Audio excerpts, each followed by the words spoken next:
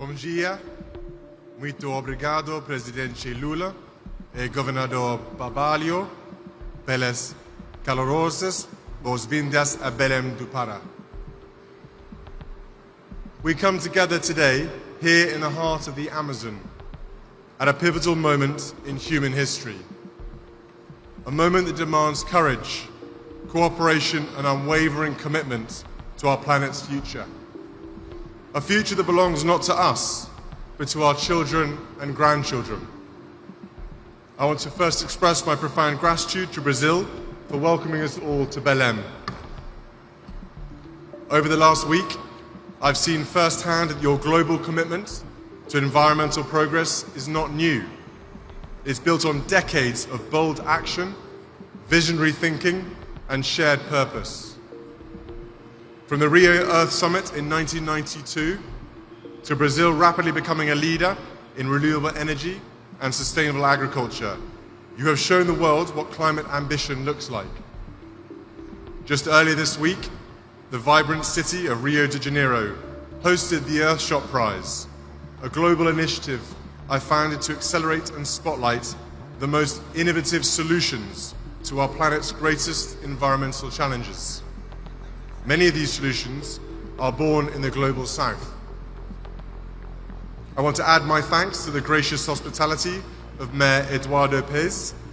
The event was not only a celebration of ingenuity and hope, but a powerful reminder of what's possible when we lead with vision and courage.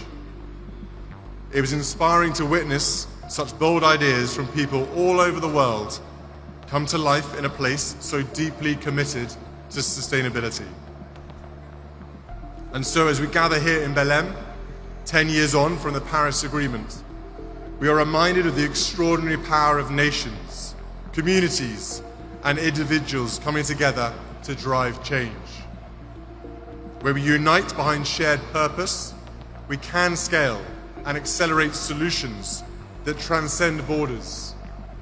Solutions that give us hope and fill us with optimism for the future.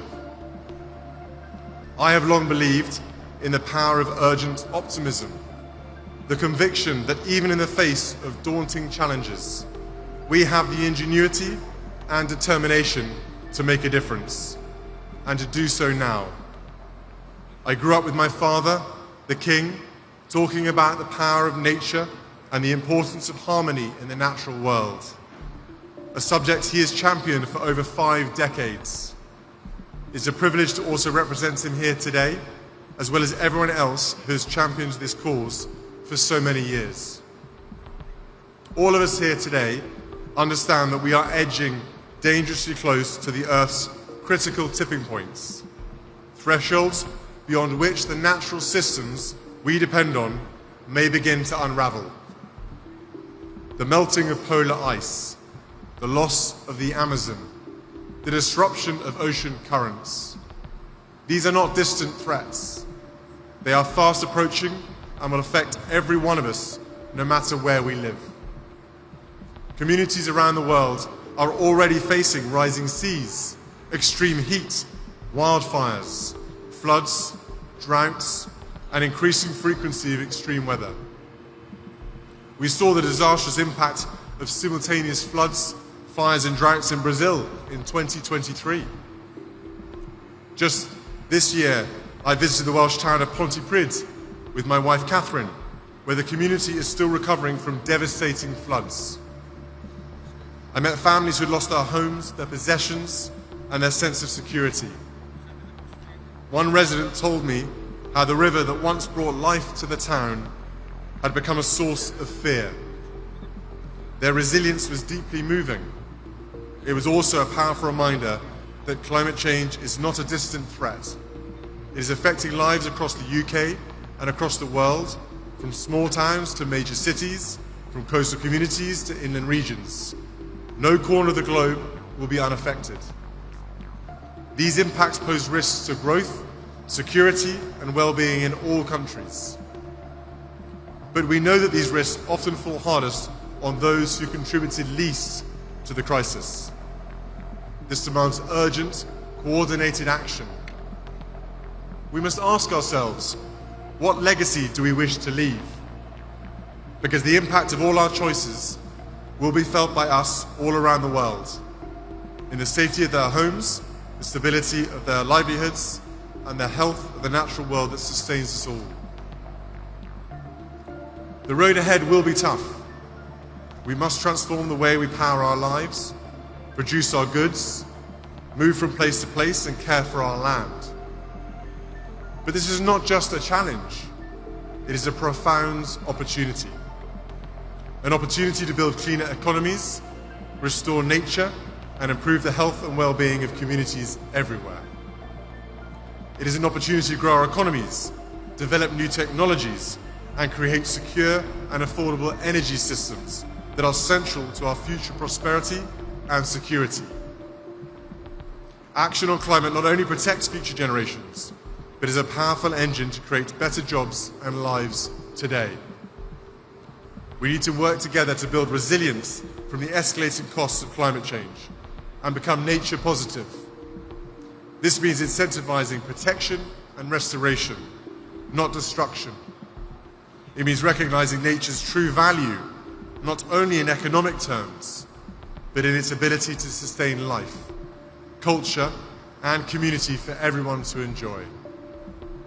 As we stand together in the heart of the Amazon, a region not only vital to global climate stability, but also home to indigenous communities who have safeguarded these forests for generations, we are reminded that true climate leadership means listening to those who have lived in harmony with nature and empowering them as stewards of the planet's most precious ecosystems.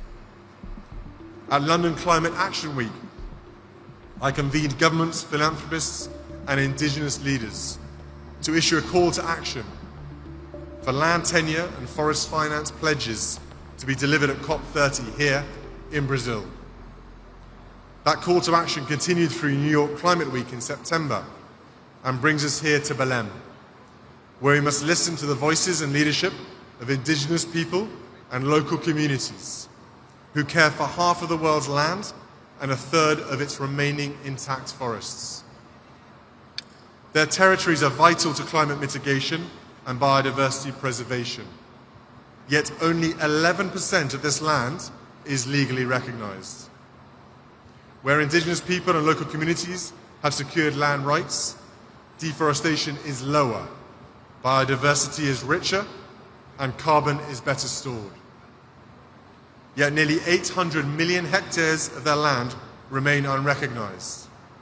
10-year security empowers communities to resist harmful projects and pursue sustainable livelihoods. This is not just a moral imperative, it's a practical climate solution to the climate and biodiversity challenges our planet faces.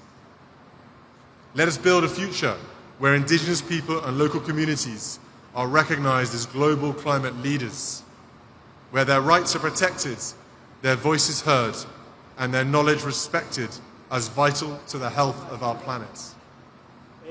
This week in Rio, I had the privilege of meeting representatives from indigenous people and local communities at events hosted by the Earthshot Prize and the Royal Foundation's United for Wildlife program.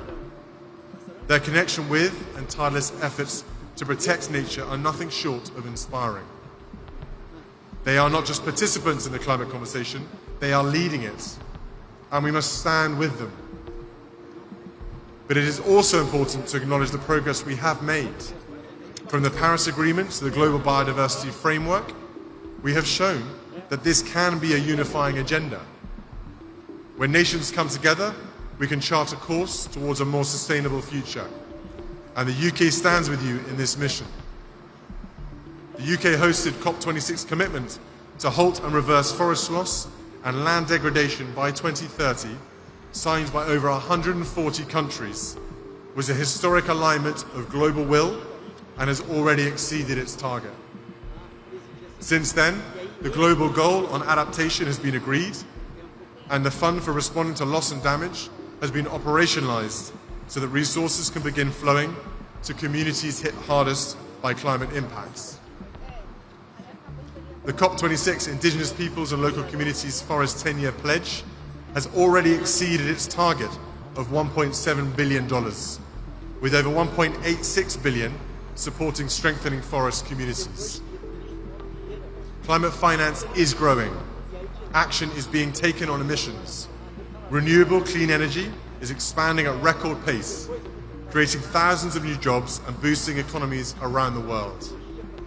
Countries are embedding nature into climate strategies, launching national adaptation plans, and investing in nature-based solutions. These are not just policies, they are lifelines.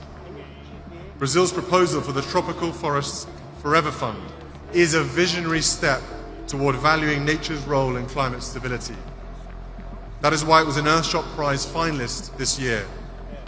The initiative recognizes that climate and nature must be addressed together, not in silos, but in synergy. The science is clear. We must go further if we are to secure a livable future for all, and we must go together. The time for partnership, protection, and progress is now. We know what is at stake. We know what must be done. And we know that no country, no community, no individual can do it alone. Our children and grandchildren will stand on the shoulders of our collective action.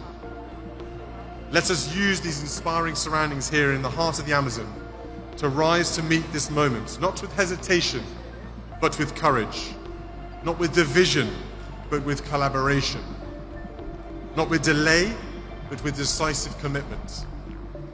Let us honor the leadership of those who have long protected the planet, indigenous peoples and local communities, and walk forward together. Let us build a future where nature is valued and where every child inherits a world of prosperity, not peril. Let us rise to this moment